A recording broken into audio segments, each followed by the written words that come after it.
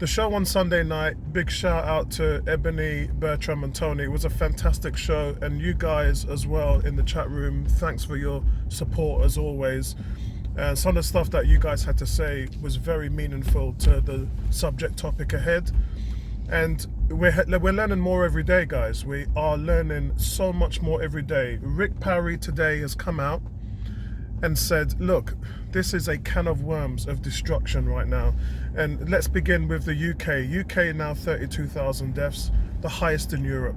It surpassed Spain, surpassed Italy, the highest Europe. We have the second highest percentage death rate in the world. It's not a situation where we should be rushing back to do anything. Although the good news is we are on a downhill trend, so that's good, that's positive. However, what's not positive is Rick Parry has come out and said that the football season needs to conclude, needs to end on July the 31st, which means that it needs to start now. Why can't it start now? Well, I'll tell you a few reasons why, and this is where the problems are, and this is why they cannot agree on a format to get it started. Players are not ready to come back. Some players don't want to come back because they feel that they're at risk. It's now, do you remember we reported last week the German league had 3 players with coronavirus? Now they've had 10. Now that some of the teams are back in training, they've counted 10 players. So the numbers increasing. This is what happens when you rush to come back. So let's stay with the UK at the moment, because this is where the big problems are. With the UK, Rick Parry is saying that the season needs to conclude by the 31st of July. That means that players have to come back now and start training. And he also said that the players are going to need 3 to 4 weeks in order to get up to match fitness. 3 to 4 weeks. So that this implies that they need to be in training as we speak right now, because with 3 weeks time, you can start it on the 1st of June, and then you can have a month or so to finish the season.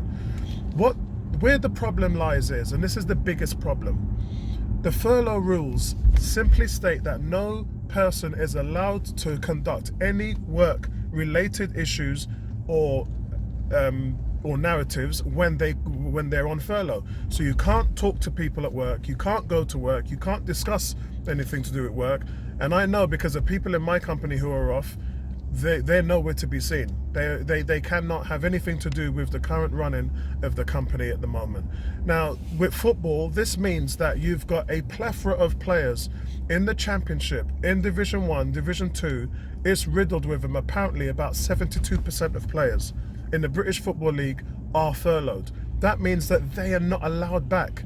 So you're talking about getting back into training, getting back into all these things. They're not allowed back. So that is something that you have to overcome, and they can't, because government rules, state government rules. This, guys, is opening up a can of worms, and I'm hoping that you can see the nature of where the problems lie in all of this.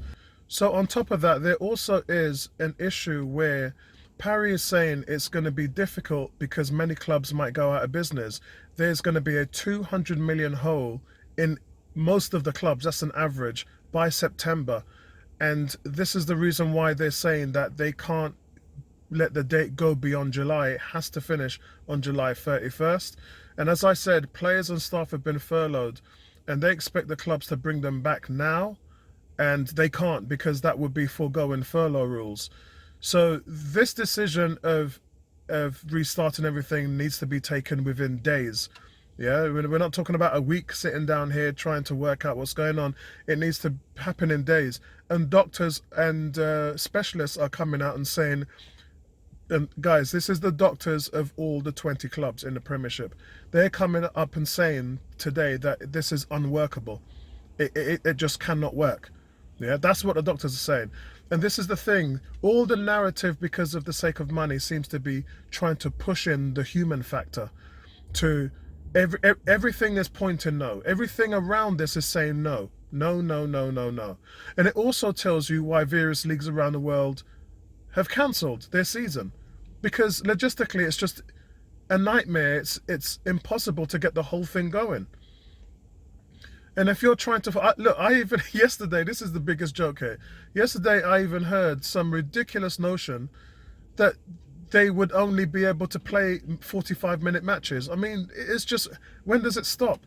You're trying everything to push this narrative through, and none of it makes any sense.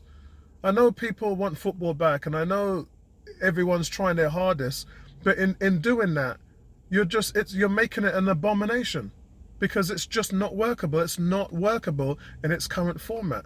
And I don't think people really understand that. The worst thing is as well, a lot of contracts are up on the 30th of June. Yeah, so that's in 7 weeks' time. We discussed this on the show, on the Sunday night podcast. A lot of contracts will be up at that date. If we take the likes of William, Chelsea, Ryan Fraser, Bournemouth, those are players who have been linked with going to Arsenal on a free contract. You've got no control over that, because contractually there is nothing to say that they can stop that. It's just an absolute nightmare. Everywhere you look at it, it's just a nightmare. And explaining the situation around the player contracts, the landscape going forward has got to change. They're going to have to be some get out clauses, which just opens up a whole can of worms. Because if you're going to put get out clauses in there and allow something like this to not be a binding contract, then it's just going to make contracts laughable. It's going to mean that anyone can come out of their contracts at any given time with any given excuses. I'm extremely concerned about the future of football and the players right now, because all signs point towards this thing should be voided. And because of the situation of the money and everything else, they don't want to do that. And they're not able to find a working solution. This is not as easy as everybody thinks it is. Remember when the Premiership said, okay, so can you make it that nobody gets relegated? That was a clear no. They shut that down straight away. So as you can see, this has mitigating factors that would affect everything from the ground up. There's not any workable solution, because if you have to play relegation, and in order to do that you have to bring the Championship and the Division 1 and 2 clubs back to play as well, and in order to do that you have to take them off furlough, which you can't. It's a complete nightmare. But the death rates are still there. We're still in a volatile situation at the moment where we are not in the clear. We're not in the clear to go back to playing football. And as I said before, you're going to take 40,000 tests for these footballers who are non-essential away from the tests that you should be doing for our workers in the UK who are essential and who do need those tests. I just think that in itself is ridiculous. But hey, listen, let me know your thoughts as always. Right back at you guys. Hashtag stay home. Hashtag with me. Peace, and I'm out.